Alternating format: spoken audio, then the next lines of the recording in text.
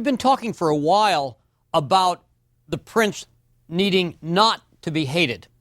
I want to take up a topic briefly that's a positive rather than a negative quality that princes need. Princes need the esteem of their people. It isn't so much being liked or loved, it's being, in a sense, respected because of some great things that the prince has done. So, for example, Machiavelli says the King of Spain is esteemed because he showed himself to be an extraordinary king by expelling the Muslims and by attacking Italy. You do big things if you are a prince because big things get the attention and a kind of respect from people. He gives a somewhat more pedestrian example, too.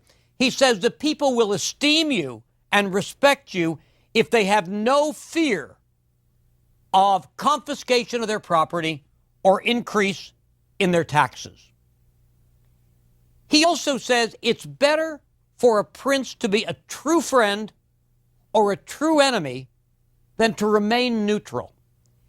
Machiavelli wants to make a point, and he will make it again and again in the last part of The Prince. Basically, the job of prince is not compatible with being a wimp. That if you're going to be a prince, you need to do some bold things. It's good to have friends and it's good to have enemies, or at least it's okay to have enemies. What you don't want is everybody going blah. This person doesn't stand for anything. This person isn't a friend to anybody or an enemy to everybody. You don't try to please everybody all the time. He really emphasizes the boldness of princely activities. That means princes should take risks. That being a prince does not mean playing it safe, but that it's important to take risks. Those who just sort of try to ride along and not cause any trouble, not upset anybody, have, 100% approval ratings, those folks, Machiavelli thinks, will fail. Well, somebody who has some friends and some enemies, who tries bold things, maybe not all of which work perfectly, those folks will be better off. And one last point in terms of gaining esteem, Machiavelli says that princes need to honor great citizens. You aren't jealous of people in your principality that do great deeds. You honor them. You respect them. You give them a medal. You put up a statue or whatever it might be. And also, Machiavelli says, it's important to put on spectacles. Now, God knows Florence had spectacles, and nobody was better than the Medici, for example, in really making sure that on the feast day of Florence's patron saint, who is John the Baptist, the date is the 24th of June, even to this day, by the way, the Florentines really put on a spectacle. There were plays, there were concerts, there were jousts in the main square, there was a parade that involved various organizations, guilds, confraternities, the bishop, everybody. And the Medici spent a great deal of money on all this, that there is a kind of pageantry that's important. A lot of scholars have written about this in modern time, the importance of ritual. And the Florentines, especially the Medici, were very, very good at this. If any of you have had a chance to go to Italy, especially if you've had a chance to go to Florence's southern neighbor, Siena, you may know that twice a year, Siena still has this huge spectacle that culminates in a horse race called the Palio. I'm there virtually every year, and although it's exciting and tourists like all the flag waving and all this sort of stuff, it really is a ritual where in the parade around the central square before the horse race, the whole city of Florence, wrong city, the whole city of Siena is in fact, its history is reenacted. And various costumes and what we would call floats today are things that remind the Sienese of the great markers in their history. It's important to have those things, Machiavelli says. Honor great men and sponsor spectacles. And Machiavelli also says we need to remember that not only do people identify themselves as citizens, but they also identify themselves as members of neighborhoods, members of guilds, members of, if you will, more local organizations, all of which have their own rituals and spectacles and activities and dinners and patron saints and whatever. And Machiavelli says a good prince visits those. A good prince lets people know he cares about those local organizations. We know how it is today in the United States. There are so many people who feel such deep loyalty to their neighborhood, to their parish, to their social organization, to their labor union. And Machiavelli says princes need to recognize those things. If you will, the kind of esteem and comfort and respect that citizens have for their prince doesn't begin with things that are princedom-wide, but begins with smaller units of that society and sort of culminates in, for example, a great festival where all the guilds have their floats, all the guilds march in the parade and show not just who they are as individuals or small groups, but that they're also part of that whole.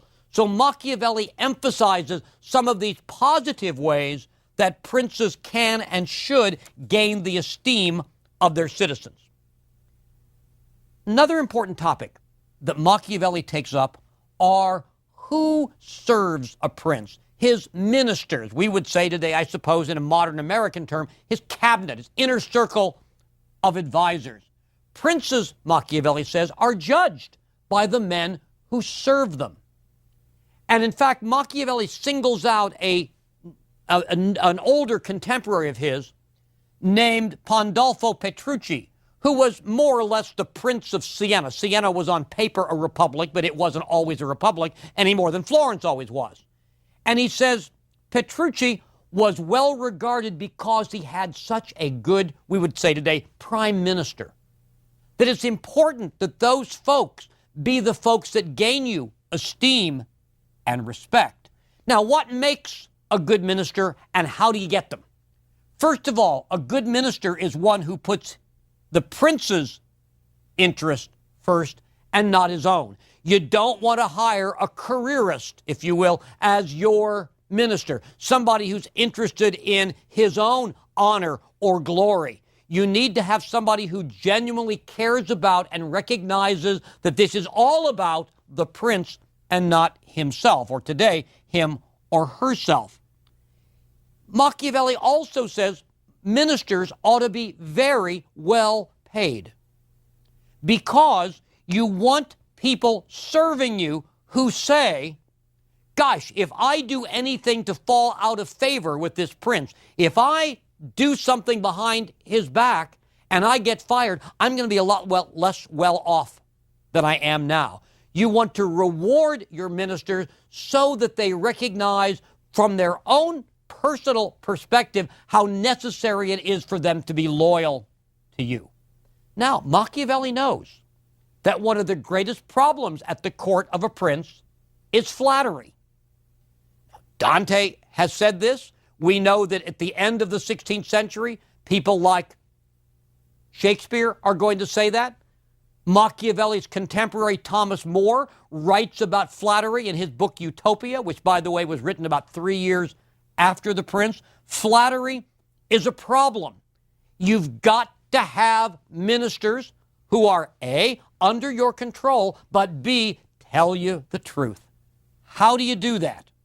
First of all, the prince says to his ministers, I want you to tell me the truth, knowing that sometimes that's not what the prince wants to hear. Telling the truth is an important thing. And let me read this passage from Machiavelli. This is chapter 23. Therefore, a prudent prince should follow this course, electing wise men for his state and giving only them permission to speak truthfully to him, and only on such matters as he asks them about, and not on other subjects. But he should ask them about everything, and should listen to their opinions, and afterward he should deliberate by himself in his own way. And in such councils, and with each of his ministers, he should conduct himself in such a way that all will realize that the more freely they speak, the more they will please him. Apart from these, he should refuse to listen to anyone else. So it's interesting because sometimes I think we only hear part of what Machiavelli says. Machiavelli says, okay, you guys, a particular group of ministers, or the prime minister, whoever it is, you tell me the truth. Don't volunteer it. It's only when I ask you and what I ask you about. Now, that part is often quoted. Often quoted. And we know that sometimes that could lead to people ultimately still hearing what they want to hear. But notice what Machiavelli says right after that. But you should ask them about everything. The people you trust, you ask them about everything. It's important that you hear what people think, or that your own reasoning is flawed. And so it's not just saying, I don't want to hear everything from everybody. I want to focus it on people whom I've chosen, whom I respect, who I know is ultimately on my side. Your ministers. But okay, guys, tell it like it is. Be as frank and as honest. And to the prince, Machiavelli says, ask him about everything. Not just a few things, everything. In fact, Machiavelli follows up the passage I read by saying that a prince needs to be a frequent questioner and a good listener. So Machiavelli understands the necessity for a prince to choose ministers well, to treat them in a certain way, and to know what the job of a minister is. It's important for the prince to know what a job of a minister is. It's important for the ministers to know what the job of the minister is. So there's no misunderstanding. So there's no confusion. I'm reminded, when I think about this, of a book out by Doris Kearns Goodwin about Abraham Lincoln and his cabinet. And I talked to her about this as she was writing the book. And one of the points she makes is the very people who challenged Lincoln for the nomination, people who were much better educated than Lincoln, he brought all those people into his cabinet, whether it was William Seward or others. And that became so important for the way the Lincoln presidency succeeded and had all of its brilliant successes, that it's important to have the right ministers, for you to know who you are and for them to know who they are, and to have all of that laid out. And then you can get the advice you need without being distracted by a lot of extraneous matter. So if we listen to the whole of what Machiavelli says about this, as opposed to listening to a little snippet of what Machiavelli says about this, seems to me there's some wisdom here that we need to consider. Machiavelli briefly asked, why have certain princes lost the states that they once held, that they once controlled? Well, here are some answers, Machiavelli says. First of all, and you should not be surprised that this is first, the people turn against a prince. He ends up being hated, or he ends up being loved but not feared. We talked about these things. These will lead to a prince losing his principality. You cannot afford to have the people turn against you. Remember what he said that I mentioned at the end of last lecture. The support of the people is the best fortress you can have, the best protection you can have within your own territory. A second problem that princes have is that many who've lost their kingdoms did not know how to control the nobility. We need to remember the nobility were, after all, a group set aside, legally privileged. And in many cases, the nobility, of course, was a hereditary nobility. You know, they traced their lineage back far beyond where anybody really could. And, you know, all of a sudden, they've been there since the beginning, or their families have been there since the beginning, or they're related to gods, or all kinds of crazy stuff that you get. Well, you've got to be able to control the nobility. You can't let them control you because, again, a point Machiavelli made earlier in The Prince, a lot of the nobility think they're as good as you are. They think they're your equal. And you've got to find ways to control them. You're not going to eliminate them. But if you don't control them, if you allow them to get out of control, then you might lose your territory. Machiavelli says, by the way, if you've been prince a long time and you lose your territory, it's your fault. After all, we know that when princes become princes, sometimes things are so delicate that something out of their control can happen and change things so much that they lose power. But if a prince has been around for a while and has acted wisely as a prince, he will not lose his principality. And if he does, it's because he has not followed, among other things, the advice that Machiavelli gives in The Prince. Machiavelli then turns as his final topic in The Prince, before his last flourish of a conclusion, to the issue of fortune. Now you see how this fits with where we just came from.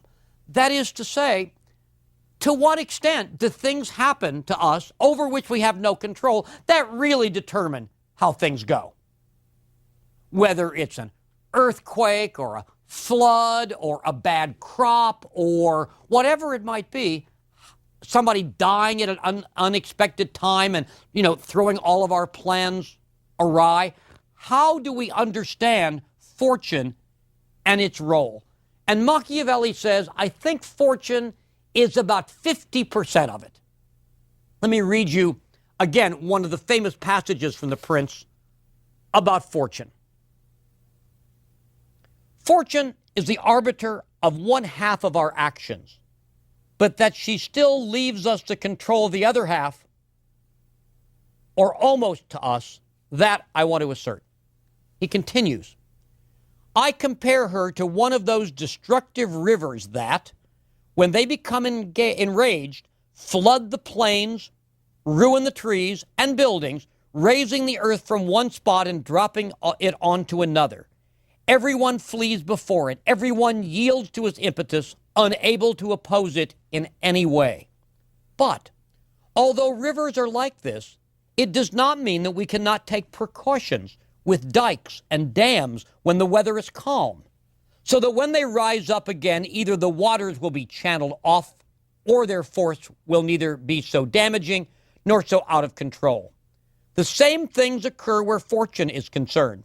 She shows her power where there is no well-ordered virtue, think about the meaning of that word, to resist her, and therefore turns her impetus toward where she knows no dikes and dams have been constructed to hold her in. This is a very interesting passage.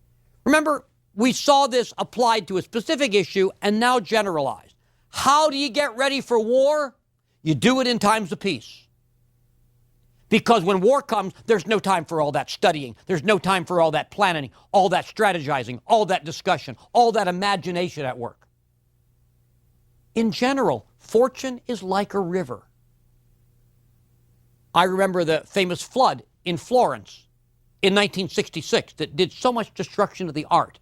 Well, let's talk about that as a modern analog to what Machiavelli is saying. There were extraordinary rains in the area above Florence where the Arno forms.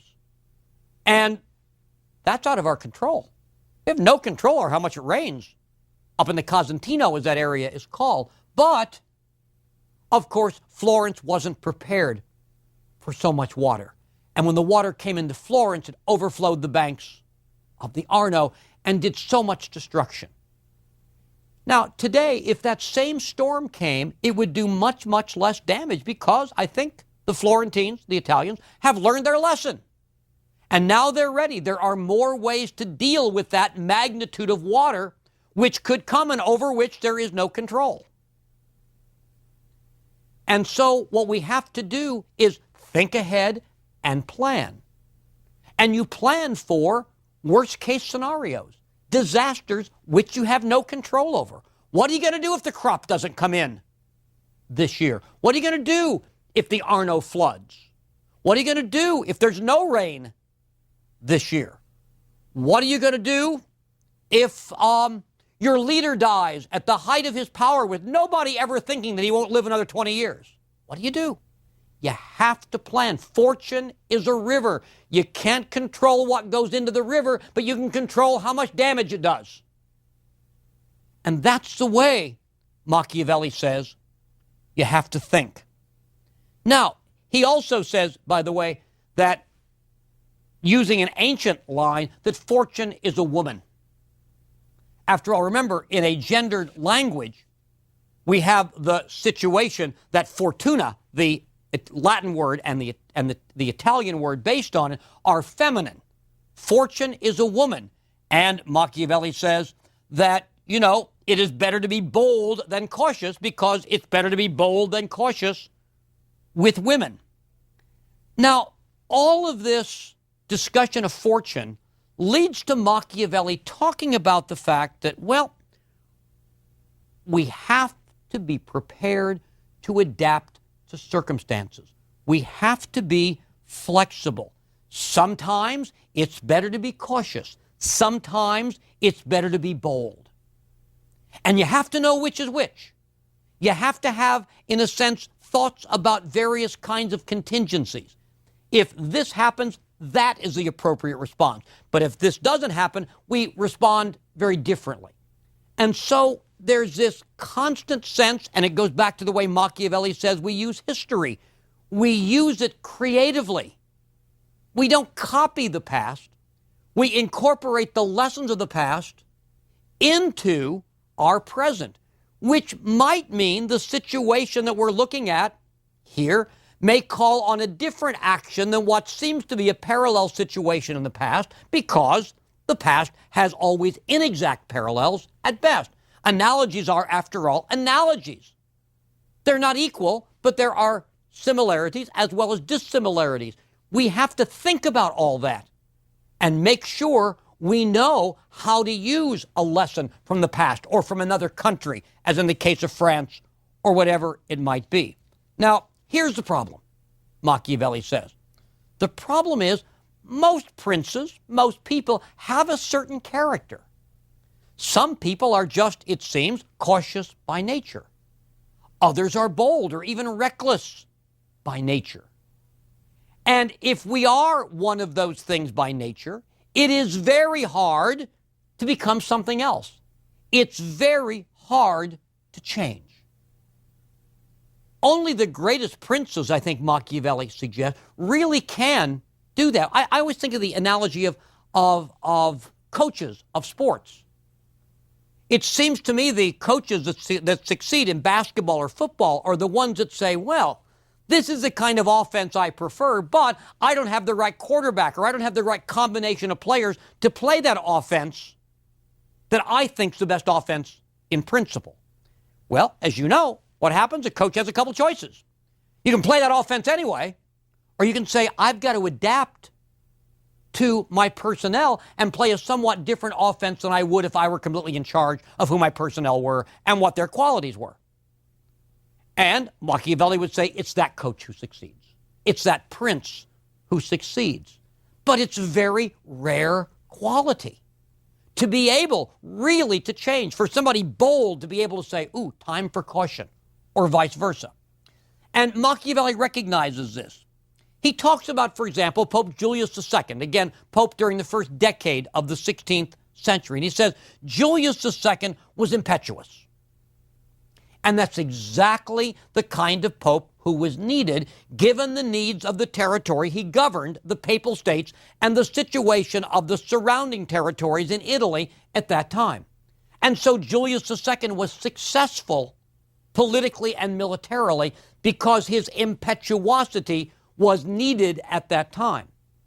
But, Machiavelli asked, what would have happened if Julius were pope at a time when caution was the dominant quality that a prince needed? Well, I doubt if he would have been successful. I doubt if he could have changed his stripes, if you will. So Machiavelli is saying that certain princes are going to be successful or not if their style, if their personality, if their character matches the needs of the time. But the very greatest princes, rare quality, the very greatest princes can adapt and can succeed whatever the situation.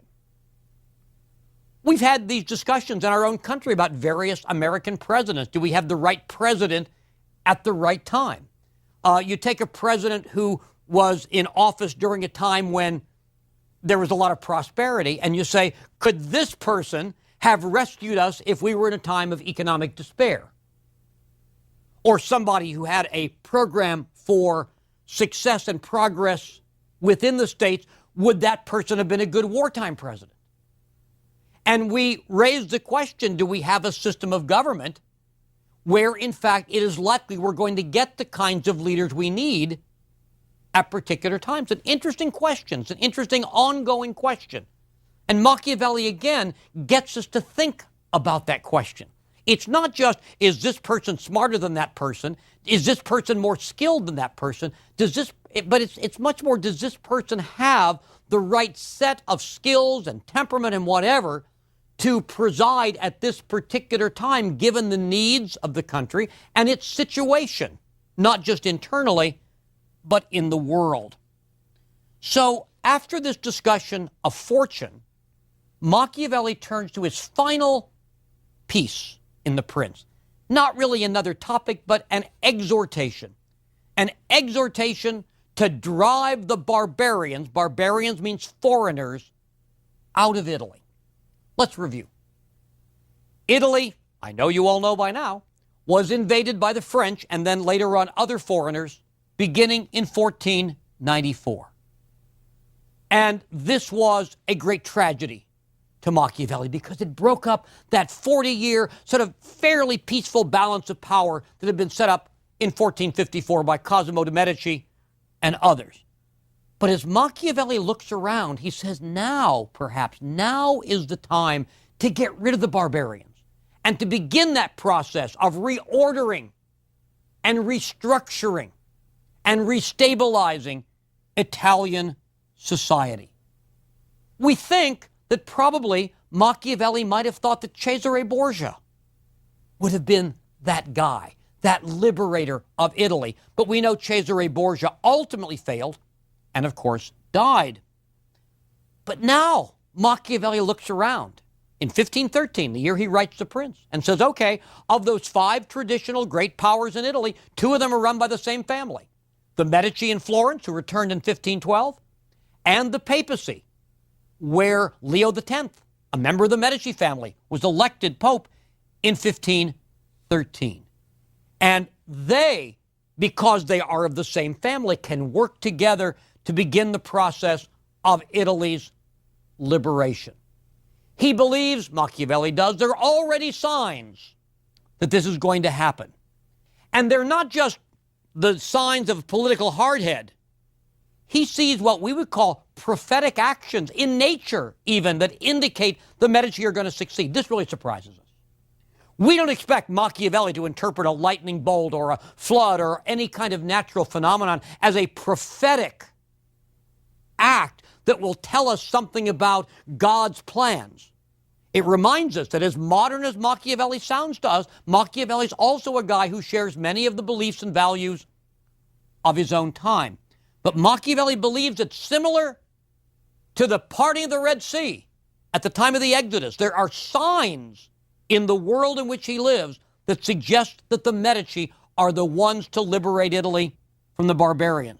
What the Medici need to do, therefore, is to create an army of their own citizens and not an army of mercenaries or of auxiliaries. And they can be successful.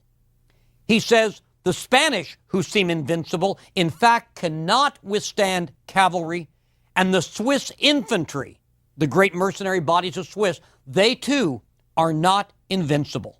And Machiavelli ends with a great patriotic exhortation. Let's take a look at the very end of The Prince. This opportunity, therefore, must not be allowed to pass by, so that Italy may behold her Redeemer after so long a time. Nor can I express with what love he will be received in all those territories that have suffered through these foreign floods, what with their thirst for revenge, what with stubborn loyalty, what with devotion, with what tears. What doors will be closed to him? What people will deny him their obedience? What envy could oppose him? What Italian could deny him homage? This barbarian dominion stinks in everyone's nostrils. Therefore, may your illustrious house, the Medici, take up this task with the spirit and hope with which just enterprises are begun, so that under your banner, this country may be ennobled, and under your auspices, these words of Petrarch may come true. Here's a quote from Petrarch. Virtue will seize arms against frenzy, and the battle will be brief. for ancient valor is not yet dead in Italian hearts. We know that Machiavelli is this great, careful, thinking, hard-headed politician. And he is all that. And we respect him, even admire him for it. But it's interesting to see at the end, Machiavelli also has a dream of an Italy that is safe, secure, with a prince who is respected and honored and feared and obeyed. Machiavelli is also Machiavelli the dreamer.